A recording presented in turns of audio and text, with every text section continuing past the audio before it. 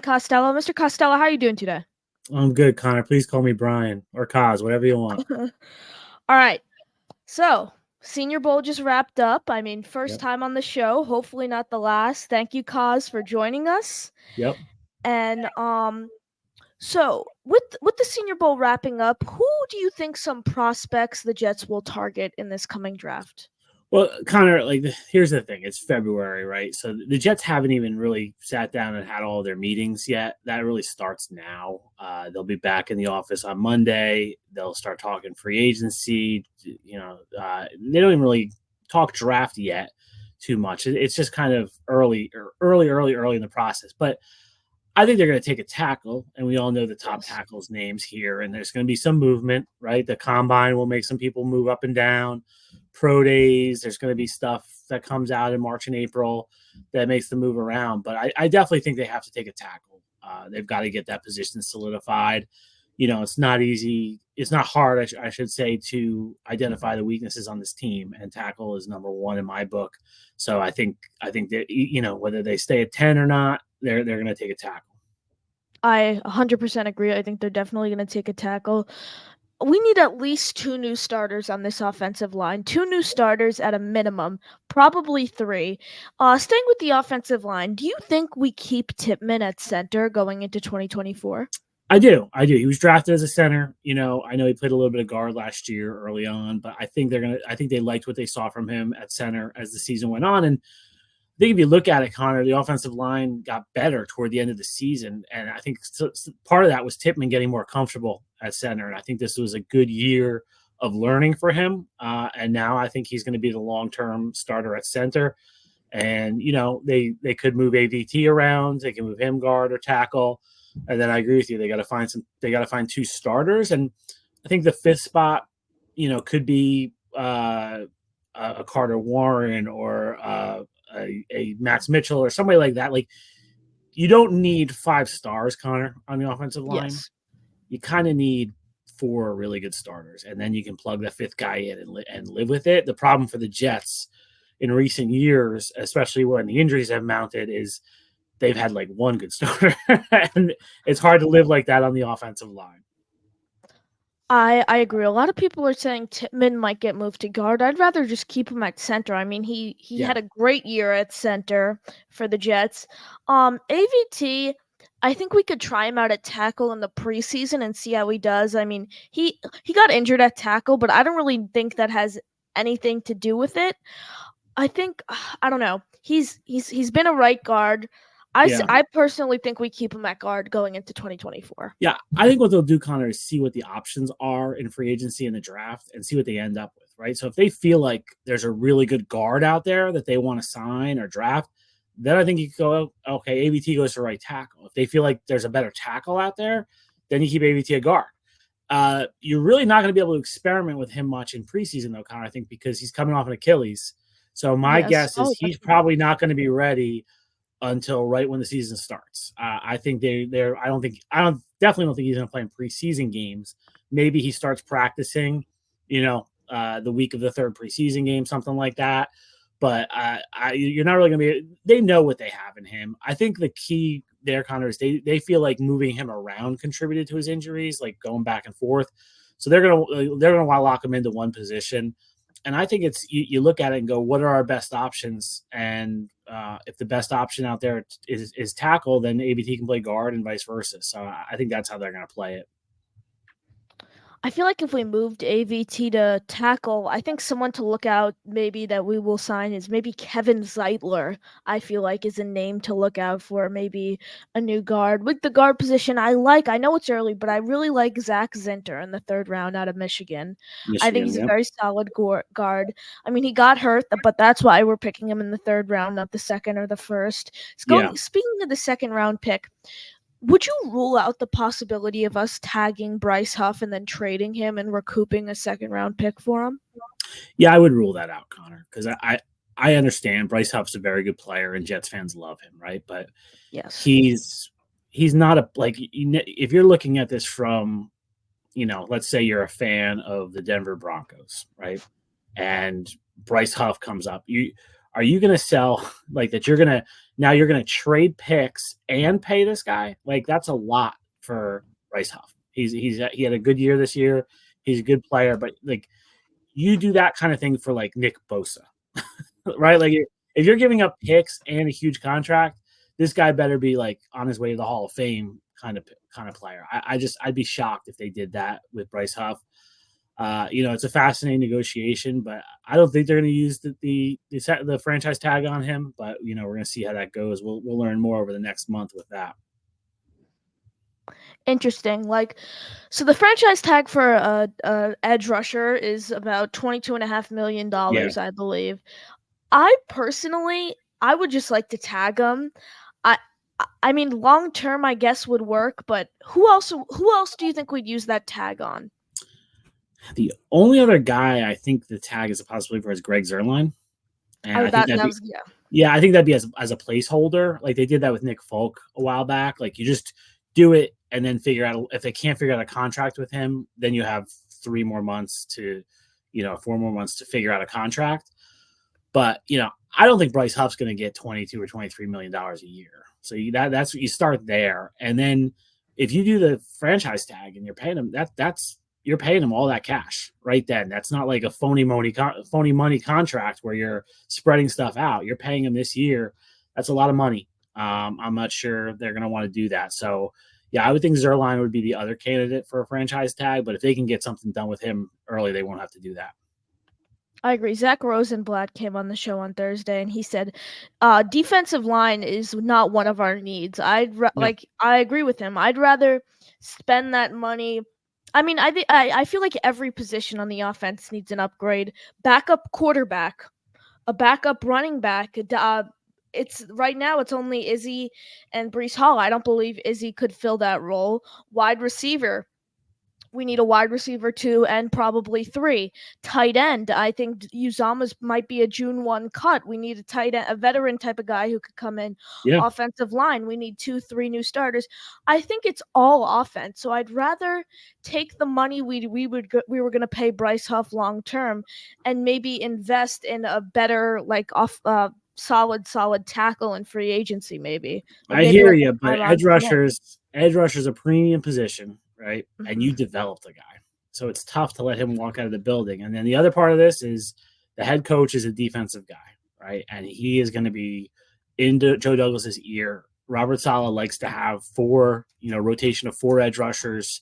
He his philosophy is you can't have enough of those guys, right? That's the secret sauce to his defense is that pressure up front. And, I think he would take second tier cornerbacks and defensive backs, but he wants premium edge rushers. So it's going to be fascinating because you make some points, right? But I also think it's going to be tough for them to let an edge rusher walk out of the building, especially one they found, they signed him as an undrafted free agent and then they developed him. To say goodbye to that will be tough. I agree, but also staying on defense, we need safety. I mean, we have Chuck Clark, Ashton Davis, and Jordan Whitehead. All three are free agents. We have Tony Adams, and then basically, really, that's it. Who we Yeah. have under contract at the safety position. I personally, I want to sign Chuck Clark and Ashton Davis back, and I feel like we let Jordan Whitehead walk. I know we're not big, like a lot of fans aren't big on Jordan Whitehead, but I feel like the Jets really, really like Whitehead.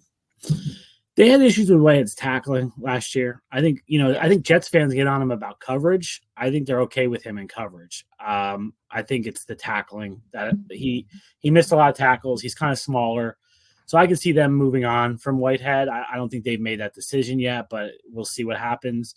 And I think safety, you can't spend premium money at every single position, right? So I think safety is an area where they will try to go a little cheaper and save money. And if that means Ashton Davis and Chuck Clark are back, or if they go out and sign somebody else, I think they won't look to be spending premium money at that position right now. Yeah, I agree, but I think Ashton Davis is a very solid player. Like I think he deserves to be back on a 1-year deal. I think Tony Adams had a very, very solid season. He had that incredible Jalen Hurts interception, Yeah. and then 2 plays into the Commanders game, he had what should have almost was a pick six. I mean, two solid safeties, and then Chuck Clark. I wanted to see what he could do, and then he tore his ACL in training camp. We've seen what Whitehead could do, so I see us bringing back Clark and Davis. Yeah, I mean, Ashley Davis is an interesting one, right? So, you're probably too young to remember this guy, but some of your listeners might remember Eric Smith was a Jets safety back in like 2010, 2011. And Eric Smith was a guy who really Ashley Davis reminds me of. Great special teams player, would block punts, would make plays on special teams all the time, was their guy, was the special teams captain.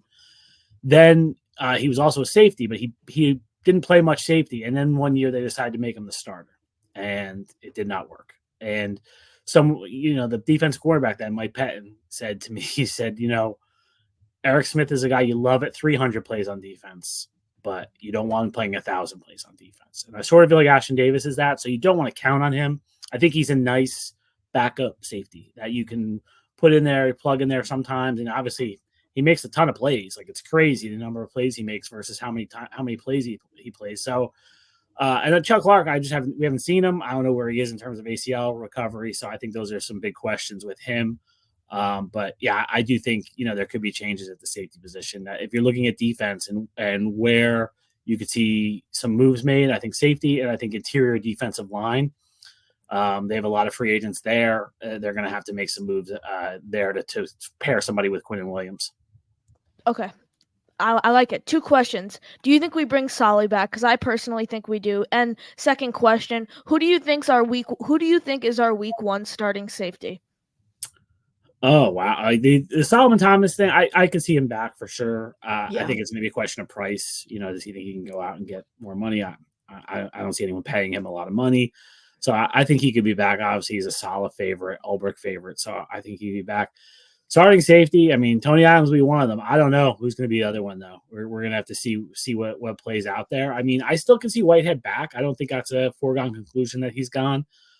He's another one. What's he going to be looking for? What kind of money is he going to be looking for? I mean, that determines a lot of this. And we'll know a lot more in a month when we get, closer to free agency of what kind of money these guys are asking for. But I can see him back for sure, but I think it's too soon to predict who that other safety is going to be. I agree, and the Jets still need to clear cap room before all of this could happen. I think some guys to look at. I mean, maybe cut Lakin. I don't know. I feel like they're not going to cut. I don't think they're going to cut Lakin. I think we can restructure Mosley for sure. I think we can restructure JFM and hopefully restructure Lakin or cut Lakin because we save like $8.5 million in cap room, but then we have to go out and pay someone to take Lakin's job. So it's kind of Yeah. it goes both ways. I don't know. Personally, I think I want to cut Lakin. I mean, 13 pressures allowed against the Commanders is just not acceptable. Joe Douglas's biggest free agent fine in 2022. It's just not acceptable in my opinion. Yeah, I mean, at this price, it's not acceptable, right? If you can get him to come back at a pay cut, you get him to take a pay cut. I think you can live with Lakin Tomlinson again. You don't want to be counting on him as your number one offensive lineman, which is sort of what they were doing this year. So if you can surround him with some talent, and Aaron Rodgers is the quarterback, because I think also when we talk about the offensive line, Rodgers being the quarterback is going to make a big difference. He's going to adjust protections. He's going to recognize defenses a lot better than any of the guys who played quarterback this season for the Jets after he went down. So that helps.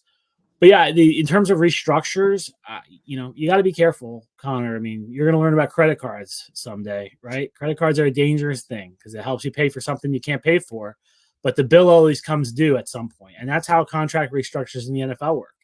You can finagle it. You can play with the cap, but then your cap in 2026 or 2027 is going to be affected by it. And, so I think they have to be careful how much restructuring they do. And guys have to be willing to. The restructures are easy because the guys are getting their money. But if you're going to ask guys to take a pay cut, then that's tough. Guys are going to have to agree to that and feel like they can't get a better contract somewhere else. I agree, Mr. Costello. One final question before we let you go. Who was your Jets MVP, Offensive Player of the Year, Defensive Player of the Year, and Coach of the Year from the 2023 season? Wow, that's a lot.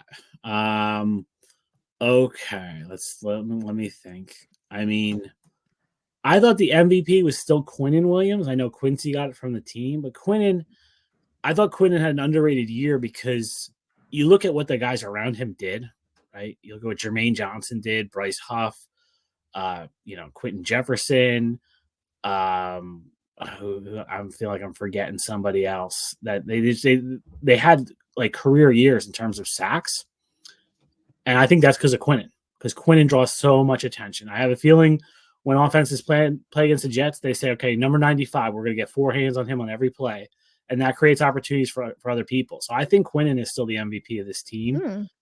Offensive player of the year, I mean, Brees and Garrett both have a case there. I'd probably go Garrett, slight edge over Brees, but because I thought Garrett, he just did some amazing things with poor quarterback play, where he had to overcome the quarterback, and he did that. And I mean, his week 1 catch for a touchdown was one of the most unbelievable catches I've ever seen. He has the long one against Dallas. I just thought he played consistently well all year, so I would go with him.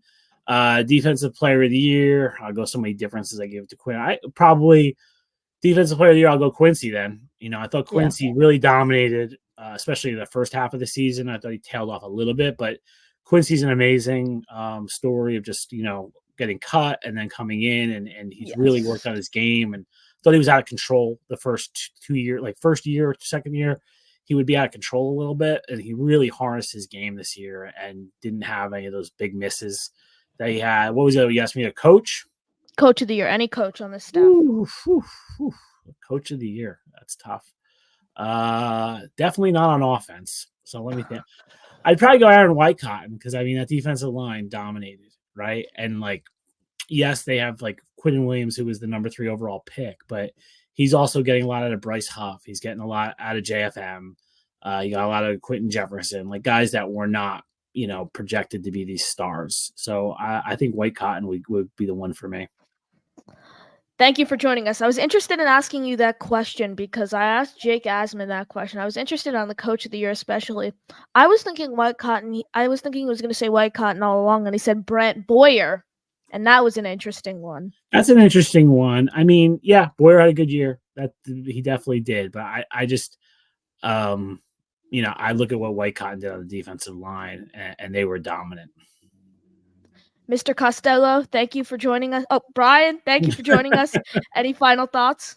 No, good luck with this, Connor. I have a Thank you. 14-year-old who's still sleeping, so I told him you're doing work, right? He's still sleeping away. So thank you for joining us. First time on the show, hopefully not the last. Hope to have you back on. Thank you for making time for this, though, as we know you're very busy. So thank you for joining us.